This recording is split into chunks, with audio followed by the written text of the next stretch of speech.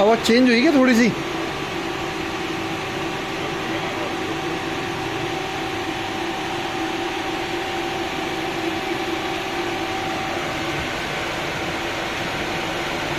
ऐसी चल रहा है। हाँ